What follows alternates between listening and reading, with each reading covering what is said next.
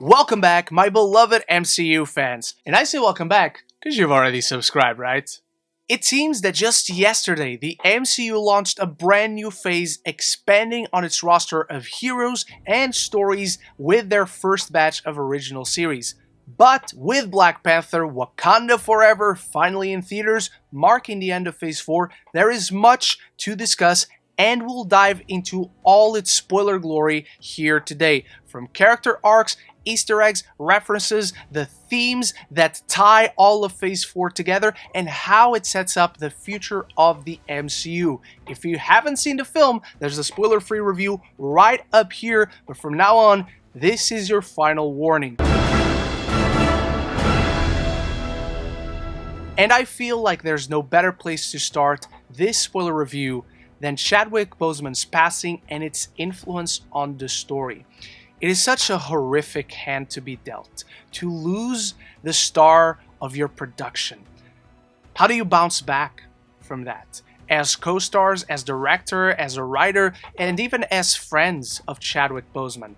Ryan Coogler respectfully doesn't shy away from this pain and the grief really that comes with it, telling a story that is all about grief. This entire film is about coping with that loss. Behind the scenes, the loss of Chadwick Boseman, and within the context of the MCU, the loss of King T'Challa. As we begin immediately with Shuri attempting to use her intellect, technology, and resources to save her brother, but still she ultimately fails. Leading to that beautiful funeral scene to open this film, but really a narrative that explores each character coping with grief in their own unique way. Shuri hiding away in her lab, attempting to create better technology. Queen Ramonda assuming the throne, and much like T'Challa when his father died, once more, she makes Wakanda a reclusive nature that shies away from the problems of the outside world. M'Baku once more isolates the Jabari tribe from the rest of Wakanda, despite being a presence in council meetings. Nakia moves halfway across the world to hide from being involved in Wakandan issues, and Okoye just worries about being the best possible general to not let Wakanda's defenses down as all their emotional walls crumble. And it's really a beautiful story, really ignited with emotion, and it really speaks to Ryan Coogler's value as a storyteller. He found a way to be sensible, but to fully embrace and acknowledge the fact that this loss happened. So let's acknowledge it behind the scenes for all these actors, for all of Chadwick Boseman's friends, but let's allow the characters within the MCU to grieve. And so he tells a story that has immense production value, awe-inspiring visuals, dazzling special effects, stunning action sequences. But at its core, it still feels intimate. It still feels introspective. It feels like we're going on a journey. And all of these emotions really ground all the spectacle and sci-fi and comic book elements of the film. And through this main theme of grief and loss and coping, connecting with our emotions, he ties all of Phase 4 together. Because it's all been about it. It's all been about loss. How do you cope with grief? And how do you move on? How do you move forward? Knowing that so much change. Being that it is the phase after Endgame, nothing feels more poetic, nothing feels more fitting, and nothing feels more emotionally cathartic, starting with Black Widow, following up with WandaVision, which is predominantly about grief, connecting to Doctor Strange in the Multiverse of Madness. But what is grief, if not love, persevering? Ms. Marvel discussing generational trauma, Spider-Man No Way Home, where Peter Parker loses everything he had and seemingly everything he is. Even Thor Love and Thunder discusses grief and how to move on from that grief.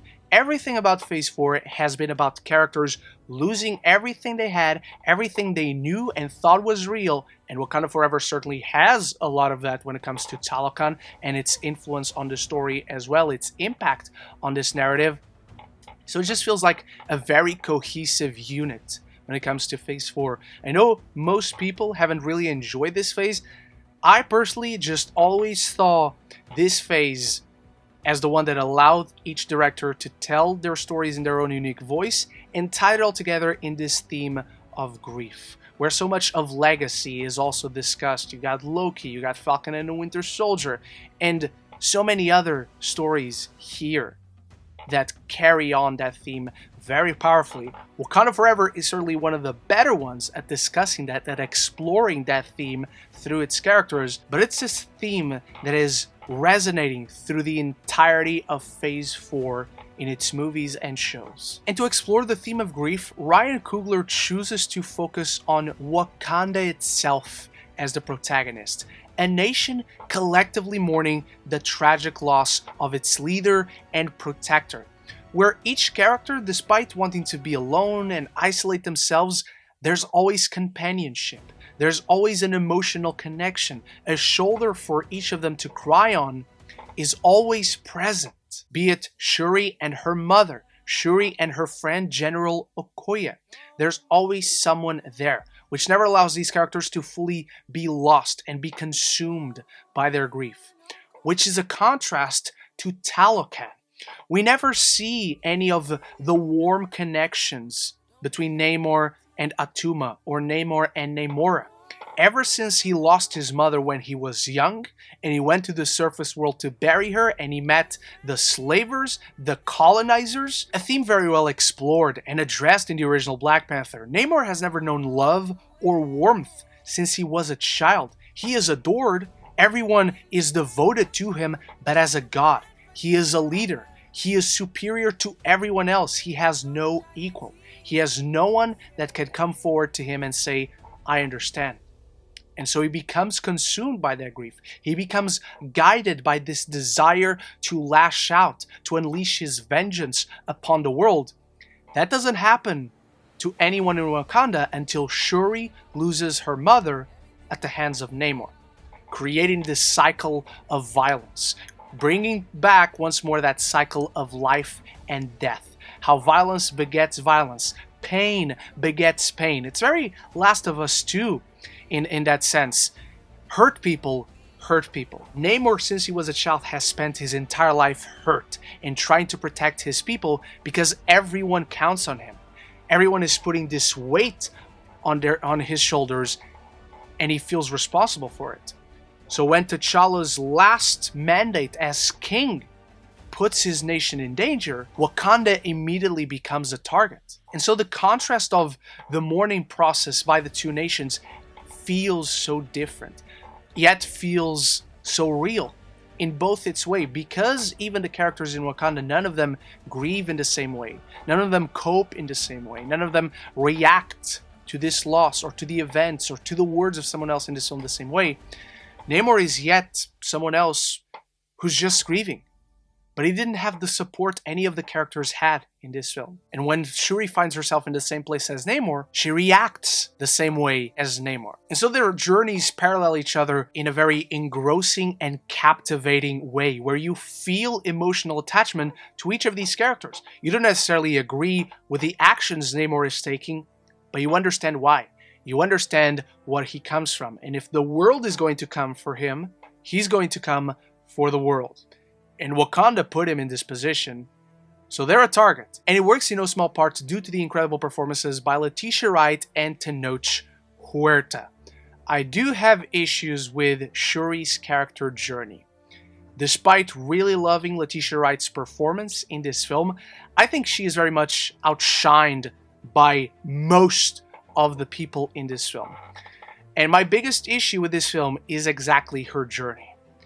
I went into this film not convinced Shuri should become Black Panther. I left this film still unconvinced Shuri should become Black Panther.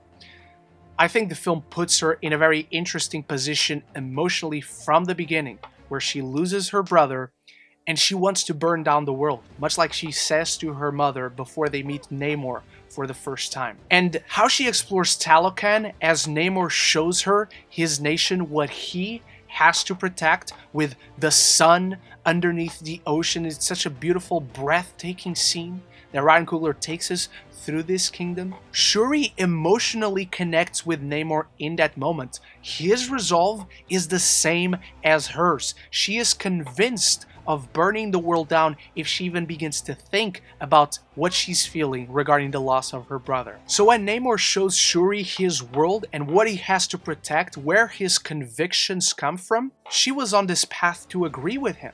She was heading in this direction where she just needed a little bit more convincing to lash out against the world, much like he is. Now she's alone. Now she doesn't have the angel of M'Baku or Ramonda whispering in her ear. Now it's the devil pulling her to this moment where she decides to burn down the world and use her technology to attack. But she doesn't. I was left very unconvinced by the fact that Shuri does not agree with Namor. So then when Queen Ramonda dies, which is an emotionally potent moment, narratively it works.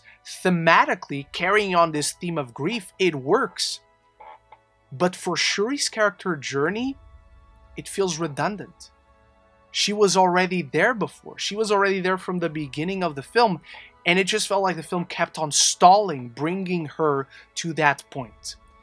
But it could only bring her to this point because she needs to disagree with Namor, to take the manufactured heart-shaped herb that she creates with Namor's bracelet that his mother gave him. So she takes it and she meets Killmonger in the best scene of this entire film. In this hauntingly beautiful scene where Shuri finds herself in the Ancestor Realm in the throne room and Eric is sitting there waiting for her because Shuri is so much like him.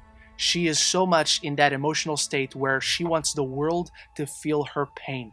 And everything begins burning up. The how is not the question, why is always more important. And they discuss how she is not her brother. She is so much more like him because of everything that has happened to her, because of all the pain that has been brought upon her and her entire nation. Once more spoke to the fact that she shouldn't be Black Panther. She doesn't need to be Black Panther. She is angry. And so her journey here should be to try and take that mantle, to try and live up to being the protector of Wakanda. But she is not ready. She is not right. She is not fit for this position. But the film doesn't take her in that direction. And on a more superficial level, the action in the third act with the Black Panther costume and how she reinvigorates the nation and all the council members after that. The suit is great. The action looks fantastic. M'Baku standing by her side is so emotionally powerful. It is so cathartic to see how far he's come. But I don't buy that Shuri does all these spectacular things. I don't buy that she's this elite fighter because the MCU has established she isn't. She has never had any interest in tradition or in being a warrior. She loves being in a lab. And Nakia being there for her after the passing of Ramonda. Nakia being the one who's trying to get the better side of Shuri out. Who's trying to get Shuri to admit to her, to confide in her what happened. Who did you see in the Ancestor Realm? All signs, again, pointed to Nakia being the one who should take the mantle of Black Panther, especially come the end of the film, where we meet T'Challa's son. There's a way to look at it where the film acknowledges that Shuri is but a transitional Black Panther. She is just here to be Black Panther for a little bit of this film. Then M'Baku is supposedly taking the mantle at the end, where he comes in to the ritual by combat ceremony and Shuri is not present, nor does she seem to be interested in being present. And then she meets the legacy of her brother, who she is meant to pass the mantle on to. But even so, for this story alone, I never felt convinced. That third act, how we come to it, just feels so sudden. Even how she survives that spear to the stomach. Give me a moment where she puts the bead in. It feels very much like in the first film when they saved Everett Ross's life. There's less explanation about how Shuri survived this over how he survived this. And so this film did not convince me whatsoever that she should be Black Panther. I'm very happy and even relieved the mantle is once more being passed down to someone else. Someone who is more fitting. Someone who is more right for the mantle of protector of Wakanda. Shuri is a hero, but she excels somewhere else. Not in the battlefield. But even in the context of Wakanda Forever, it botched bringing Shuri's character to this point where she felt ready. She felt right. She felt she was the only one who could possibly take the mantle at this time. where there are so many other characters who still feel better fitted than her. Even Queen Ramonda, her sacrifice, while not invalid, while speaking very highly to who her character is and what she believed her daughter could be, it feels redundant because Shuri didn't need her mother dying to reach that emotional state. And so it's a big issue to have in an otherwise really good movie that accomplishes a lot so well. But one of its lead characters and their journey is very botched along the way.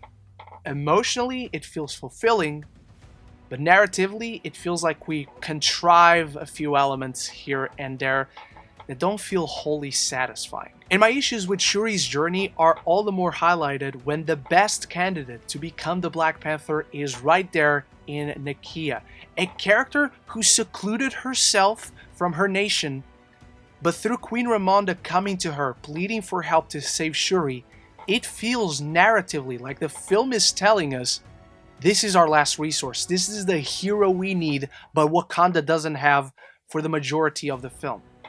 And so every bit of Nakia in this film, rescuing Shuri from Tālocān, bringing her back to Wakanda, motivating her to finding the solution, to get a new manufactured heart-shaped herb, pulling to her better side, for Shuri to confide in her, everything about Nakia, from being T'Challa's wife, to being a diplomat, to being an elite warrior, she is everything the protector of Wakanda should be. And even in the context of this film, despite now having the full embodiment of T'Challa living and breathing, Prince T'Challa, her son, she should have taken that mantle. It would even feel more natural in the context of what Wakanda Forever sets up and accomplishes for Nakia to be the transitional Black Panther.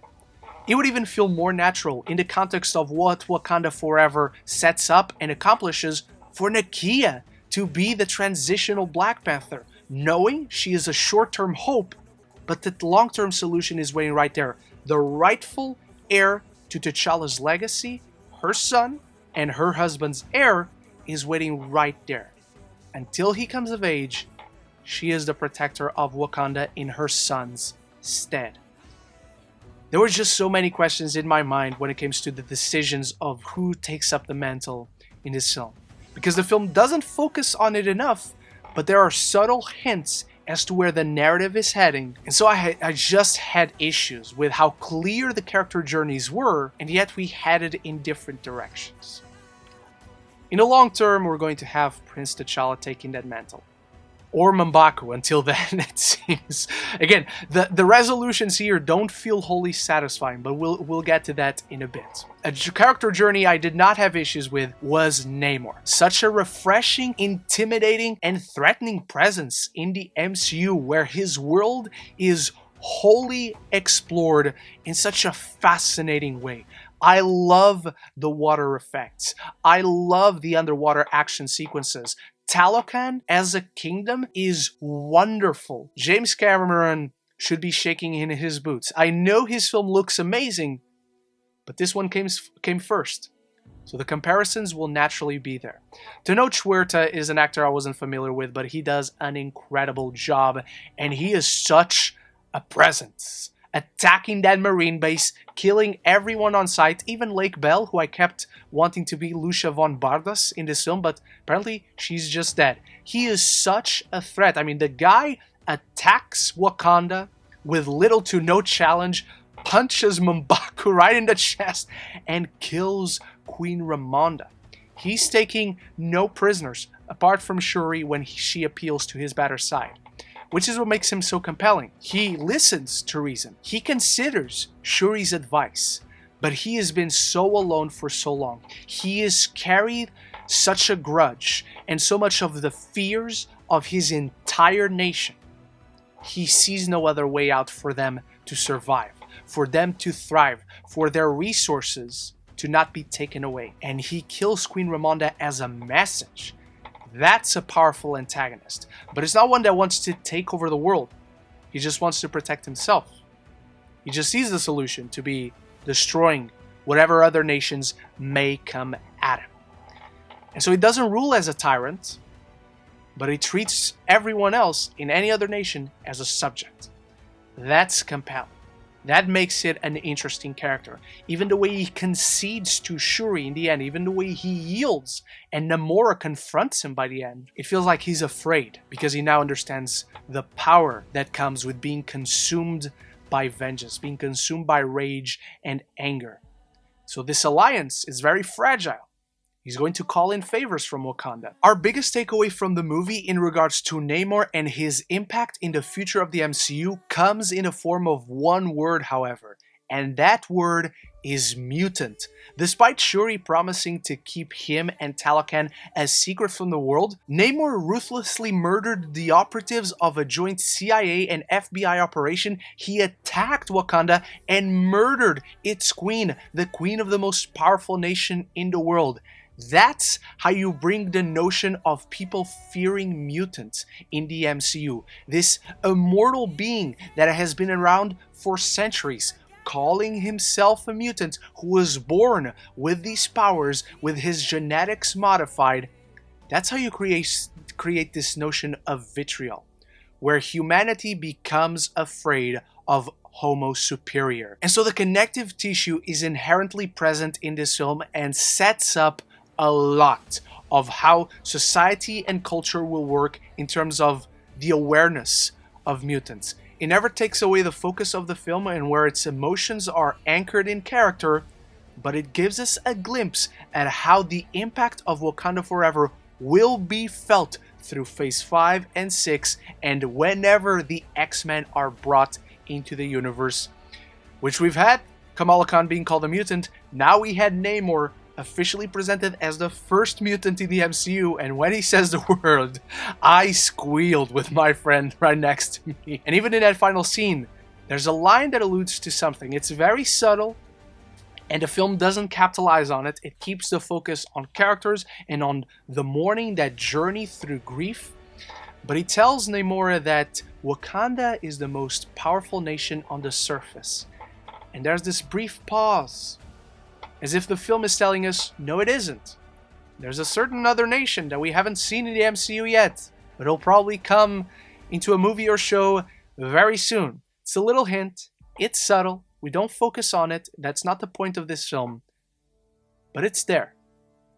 It's something for us to keep an eye on. His journey just feels fulfilling. His journey feels natural. It doesn't feel like we contrive anything in his decision making. He tells a great story on a character level, but he's also an ass kicker when it comes to the action sequences. So Namor, certainly not a villain, but I would count him up there as a great MCU antagonist, right next to Wenwu and Killmonger. From there, we move on to the final battle and character resolutions in this film. And while I enjoy the final battle, I enjoy the Wakandans being overtaken by the Talocans. I love Aneka and Okoye coming in with the Midnight Angel suits and the action that comes with that, the little rivalry that occurs between Okoye and Atuma. That it was so entertaining. That was so fulfilling to watch her by the end just literally kick him out as it cut away between that giant battle and a one-on-one fight between Namor and Shuri heading onto the beach. As smart and intellectual as Shuri's plan is in concept, how we reach this third act through that rushed montage where we have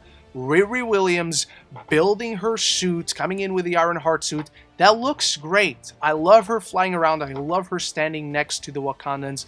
And that doesn't really raise a lot of questions, but the whole manufacturing of the heart-shaped herb really fast, really figuring it out, and how she figured Namor's weakness, how she got that ship ready, how she had that bomb ready to protect herself. There's just so many questions. And when it comes to Shuri's emotional state, she only gets to this point where, yes, I'm going to be Black Panther, yes, I'm going to be the leader of my nation, yes, I'm going to take on Namor, I have a direct conflict with this dude, I have a personal connection to him where I want to kill the man who killed my mother, and she only reaches that in the third act. It doesn't feel satisfying. As satisfying as it would feel if she had been on that path since the beginning. Which emotionally she was, but the film doesn't capitalize on it. Namor was at war mentally with Wakanda. He had his target on sight since the very beginning. And so you feel it through the film as it escalates, as he makes threats, and he capitalizes on those threats. You do not side with me, I'm going to attack you. Shuri gets taken away from Talocān by Nakia, I'm going to attack Wakanda, and he attacks Wakanda in the best action sequence in the film. The siege of Wakanda, coming in with the waves, punching M'Baku, taking no prisoners, flooding an entire nation, and even drowning the queen. That's a message. That's powerful. And Shuri should have been there from the beginning, on this gradual trajectory for the bulk of the 2 hours and 40 minutes. She only reaches that point where she directly sees herself in a crosshairs with Namor in the third act. It doesn't feel as compelling. It doesn't capture the potential in terms of emotion of her character journey. So that's why it feels so botched. This entire sequence is fun, but there's just something better, where it feels the film peaked early in terms of its visuals, in terms of how it captures the actions. All the costumes are sensational all through the film, but the location, being Wakanda, feels more interesting. It feels more emotionally powerful to have that place that we know so much, that we care so much for, to be in danger. That ship above the water on the surface, it's fine. It's a cool battle location. It's bright. We're not hiding the action in a dark location like so many other superhero movies do. It's beautiful to look at, but it still feels like the one that came before was when the film peaked. And then it comes to character resolutions, where they're also ambiguous. Riri gets sent back to her home with her car fixed from their early sequence in Chicago or in Boston because she is in MIT. She's the one that clearly, okay, she's being sent back to Boston because she's going to have her show. But Shuri, the last time we see the new Black Panther, the new queen, the new protector of Wakanda, is saying goodbye to this character. And then M'Baku shows up at the trial by combat, alluding, suggesting that he will become Black Panther, but it's not very clear really what is happening there. The most fulfilling, the most clear resolution we get for Shuri doesn't have anything to do with what her journey was in this film from a narrative standpoint. It only has to do with her emotional journey of finally accepting tradition, finally believing and trusting her mother to burn the ceremonial garments and spiritually connect with her brother, giving herself a chance to feel connected to him one more time. Because the support system that she had at the beginning of the film is not there anymore. And so that ending, we see it. She lets it all out into that post-credit scene where it's not hurt anymore. She processed that grief, and now there's hope with her nephew, with Prince T'Challa. That's the future of Wakanda. That's her brother's legacy. It's not dead. It didn't die with him. It didn't die with his mother. It's not going to die with her. There's a bright future for Wakanda, and Shuri doesn't feel alone anymore.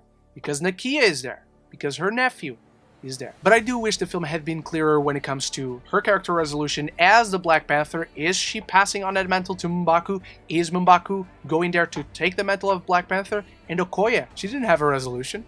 She was shunned from being general for allowing Shuri to get kidnapped by Queen Ramonda. And she takes on that ugly suit, and I thought the suit wasn't ugly, but it did bother me how the mask kept going up and down. Like, let us see the Naigurira in action, please, movie. Everett Ross gets more of a journey and resolution with Okoye, where the dude is now gonna have to live in Wakanda. He's running away from Valentina, and how shocking is it that Valentina is his ex-wife? Did not see that coming. But I really loved her involvement in this film. It's her biggest role in the MCU thus far, and it really alludes to nothing when it comes to Thunderbolts, but it shows us really how smart she is.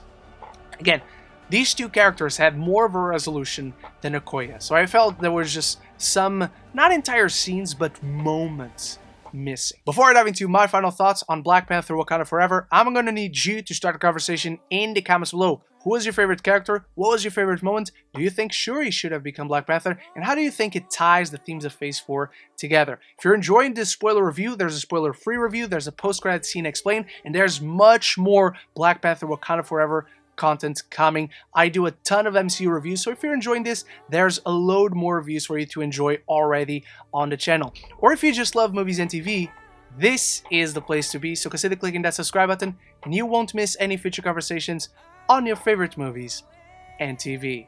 The biggest catharsis, emotionally speaking, comes from Shuri burning the clothes, letting all of her resentment go, and being open to a bright future.